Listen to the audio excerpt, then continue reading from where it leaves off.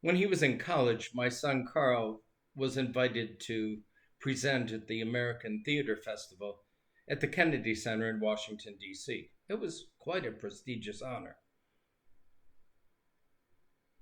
And while he took the train down, I got a plaintive call about midweek saying, "Dad, will you come and pick me up? I don't want to take the train home." Well, I hemmed and hawed, and in the end, my parental sensibilities got the best of me, and I said, "Sure, I'll be down. When do I need to be there?" He said, "Well, I can get out of here early Saturday morning." I said, "Okay, I can do that." And so it so happened I had a good friend from the DC area who happened to be in town. And so I asked her for directions. She said, "Oh, it's fairly easy." And she wrote them out for me. Armed with those directions and a half a dozen maps, these were the days before GPS, I headed off.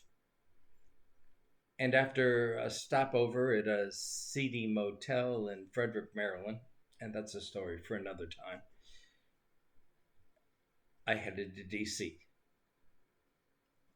And it was an easy drive, particularly on a Saturday morning. Traffic was pretty light, and Kristen's directions were perfect. Next thing I knew, I'm passing the Watergate building, and memories of the trials and the hearings and good old Richard Nixon flashed through my mind, only to be replaced by the sight of the Kennedy Center looming up ahead. I'd made it. This was a piece of cake. When I went to pull into the entrance, however, I realized it was blocked by those 4 foot chest like pieces that seemed to pop up after 9/11.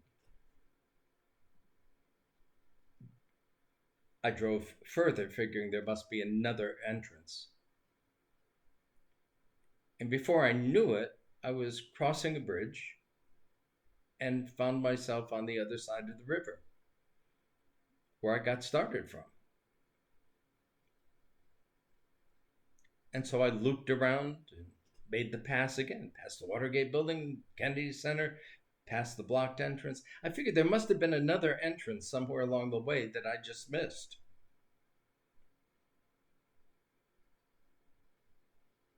Next thing I knew, I was crossing the bridge and found myself on the other side of the river. I did this 2 more times. I'm kind of slow. And every time I ended up on the other side of the river. The third time I said, "I know where the right turn takes me. I'll go left, and maybe I'll find some directions." And so I turned left. And I realized very quickly I was heading deeper into DC. And then right up ahead, there was this policeman pulled over by the side of the road, standing by his cruiser. And so I pulled in behind him, and he came running over, and he had his hand on his gun. It made me a little nervous. I rolled down the window. He says, "You can't be here." It was at that moment I realized I'd pulled in next to the White House and realized I was probably in deep trouble. I said, "I'm just trying to get to the Kennedy Center and the entrance is blocked." He said, "Oh, yes." He said, "You have to go this way." And he gave me detailed instructions, and I'm writing them down furiously. And then he realized I was heading in the wrong direction to follow his directions. And he started to give me more directions on how to get turned around and get going in the right direction. And finally, he just said, "Oh, hell. When I yell go, make a U turn and get out of here." I listened and heard this go. And I spun the car around in the middle of the street. Too much honking and other things. And as I drove away, I looked in the rearview mirror, and here is this cop standing in the middle of DC traffic, holding everybody at bay, that I might get going in the right direction.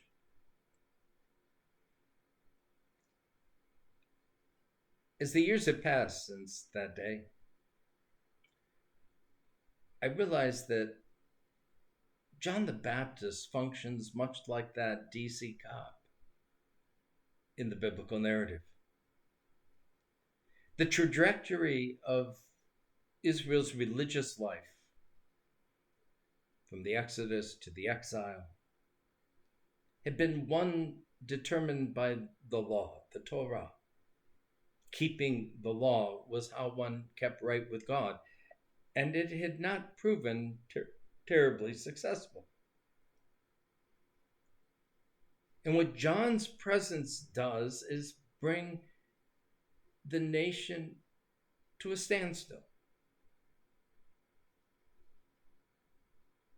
that it might get reoriented to a new way of behaving, a new way of relating to God. It was not just about the coming of Jesus, but a new life in the coming kingdom that Jesus would inaugurate. John brings the world to a halt, but he recognizes that that was a difficult task, because to turn folks around, we don't like that. We get accustomed to the way things are going. It's no wonder he calls them a brood of vipers. We've just come to gawk at what was going on, the in thing. Yeah, they were so hungry for any kind of charismatic leader that John looked good for the taking. And they weren't terribly happy when John kept saying, there's one coming after me that's even more suited. That's the one you follow. And still, they didn't get it. They're still looking for a way to earn their way into the kingdom. What must we do? And John's response seems ludicrous. Instead of prescribing what the law says, he doubled it down and made it that much more difficult. You could almost see the people going, what? And that's what Jesus will do later in Matthew's gospel. Every time the question comes up, what must I do? Jesus' requirements get more and more absurd, to the point where they're impossible. And that's the point. The law gets us nowhere. We can't earn our way into this relationship with God, because after all, we're human and we're going to screw it up. We're going to make it all about us.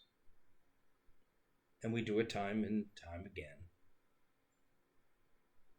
The only way we escape ourselves is by the grace of God,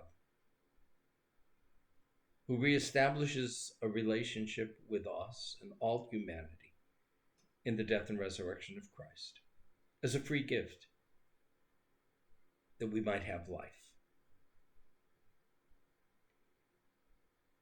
It doesn't mean we stop being good to those around us or doing good.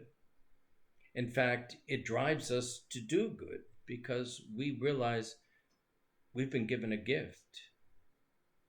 And the beauty of a gift is it's even better when it's shared. And so we share the good news in word and deed. And that's where the miracle happens, because it's there that we encounter Christ most fully, in the eyes of the stranger and the neighbor and the friend. It is there we see God, and we're doubly blessed. And it is because of that that we dare to rejoice in this season. Even in the midst of the darkness, we proclaim there is a light that has come into the world, and the darkness cannot overcome it. No matter how bad it looks, the light shines. God's grace comes again and again and again. In the midst of our needs, in the midst of our depressions, in the midst of all that is wrong in the world, bringing us hope and joy and shalom. Emmanuel, God is indeed with us.